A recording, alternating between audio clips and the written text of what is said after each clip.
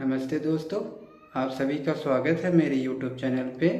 और पिछले दिन 19 सितंबर को शिफ्ट थर्ड में मेरा एसएससी सीजीएल का एग्ज़ाम हुआ था और पिछले दिन ही आरआरबी एनटीपीसी 2024 का आंसर की भी फाइनल रिज़ल्ट भी रिलीज़ हुआ था।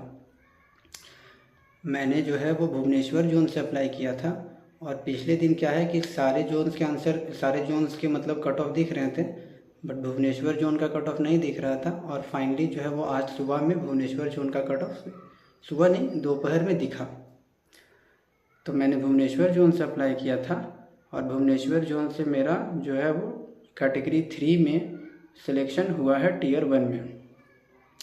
नेक्स्ट बात करेंगे सीजीएल का एग्ज़ाम जो 19 सितंबर को शिफ्ट थर्ड में मेरा हुआ था। तो जो मेरा एग्ज़ाम है, जो मैं कंपैरिजन अगर कर रहा हूँ तो वो प्रीवियस ईयर के एक इजी शिफ्ट से कंपैरिजन करने की कोशिश कर रहा हूँ। तो मैंने सबसे पहले जो है वो अटेम्प्ट किया था मैथमेटिक्स। इसमें मैंने करीब 23 क्वेश्चंस अटेम्प्ट किए थे, जिसमें मेरे 2 क्वेश्चंस गलत हो गए और मेरे इसमें 21 आए। मैथ्स का क्वेश्चन पेपर ईजी ही था, बस कुछ क्वेश्चन 4 या 5 क्वेश्चन ऐसे थे जो कैलकुलेशन बेस्ड क्वेश्चन थे और यहाँ टाइम कंज्यूम हो रहा था। अगर प्रीवियस ईयर के से देखेंगे कंपैरिजन में तो ये एक इजी ही शिफ्ट था। नेक्स्ट मैं बात करूँगा तो रीजनिंग का। तो रीजनिंग में सबसे पहले मैंने 24 क्वेश्चन अटेम्प्ट किए थे। एक क्वेश्चन जो था वो मेरा छूट गया था और वो क्वेश्चन ये वाला था कि ब्लैंक्स दिए हुए थे और उन ब्लैंक्स में प्लस माइनस इनटू डालकर चेक करना था कि कौन सा सेटिस्फाई कर रहा। तो इसमें टाइम कंज्यूमिंग था और जिसके कारण मैंने उसे छोड़ दिया।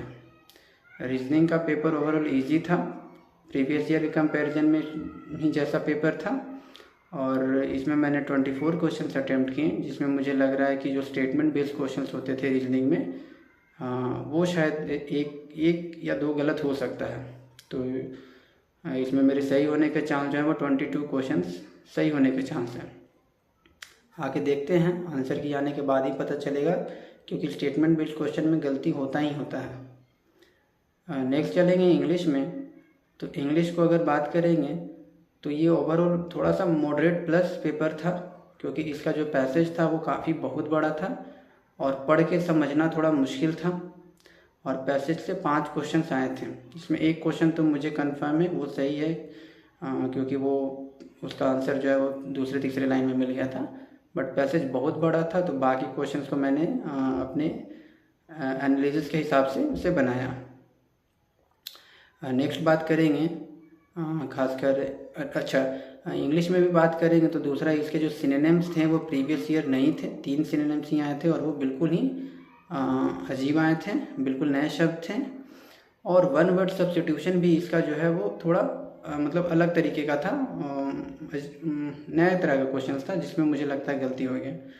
तो मैं ये अनुमान करता, मैंने टोटल क्या है कि इंग्लिश में 22 क्वेश्चन ही अटेम्प्ट किया था, 3 क्वेश्चन मैंने छोड़ दिया था और मुझे सही होने के इसमें लग रहे हैं कि 4 क्वेश्चन गलत हो सकते हैं, ज़्यादा भी हो सकते हैं, बट मुझे लग रहा है कि 4 गलत होना चाहिए।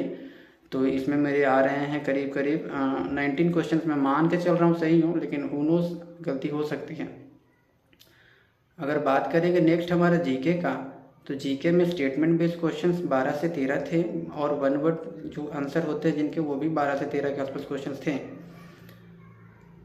तो इसमें मैंने ओवरऑल 15 क्वेश्चंस अटेम्प्ट किए हैं और इसमें गलती होने के शायद 2 या 3 क्वेश्चंस होने के चांसेस लग रहे हैं मेरे को, क्योंकि मैंने थोड़ा एक्यूरेसी पे ज़्यादा ध्यान दिया था बजाय अटेम्प्ट लेने के, बट इसमें भी थोड़े ज़्यादा गलत हो सकते हैं। तो मैंने जीके में 15 क्वेश्चन अटेम्प्ट किया तो मुझे 12 क्वेश्चन तो लग रहा है कि सही होंगे।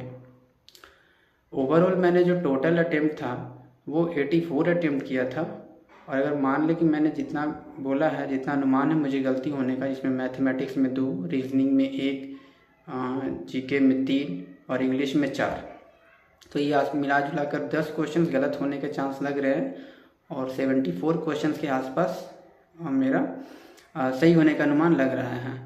अब देखते हैं कि फाइनल जब आंसर की आता है तो कितना सही होता है और कितना गलती है। बट एक क्वेश्चन है, एक ये अराइज होता है कि थोड़ा इंग्लिश का पेपर लेंदी बना दिया गया था और इसके जो वन वर्ड सब्स्टिट्यूशन और वर्ड मीनिंग भी थे वो बहुत ही अलग तरीके के आए थे, तो गलती इसमें सर अधिकतर के लोगों को होंगे। और बाकी जो जितने भी सेक्शंस थे वो मॉडरेट टाइप के थे, थोड़ा जीके बस हार्ड था। तो ओवरऑल यही रहा मेरा एग्ज़ाम का। प्रीवियस ईयर से बात करेंगे तो ये मतलब इंग्लिश में अगर बात करेंगे और जीएस में तो वो थोड़ा हार्ड है प्रीवियस ईयर के बेस्ड में, नहीं तो बाकी ठीक है, उसी टाइप का पेपर था। थोड़ा टाइम का मैनेजमेंट में थोड़ा सा इशू हुआ था। अगर टाइम सही से थोड़ा मैं मैनेज कर लेता तो मैथमेटिक्स में मैं शायद वो गलती नहीं करता और 25 क्वेश्चन अटैम्प्ट कर लेता और रीजनिंग का भी एक अटैम्प्ट कर सकता था। अब देखते हैं फाइनल आंसर की आता है तो मेरा कितना गलत होता है। अब आने वाले जो शिफ्ट हैं उसमें भी पेपर का अनुमान कुछ इस प्रकार से ही होगा।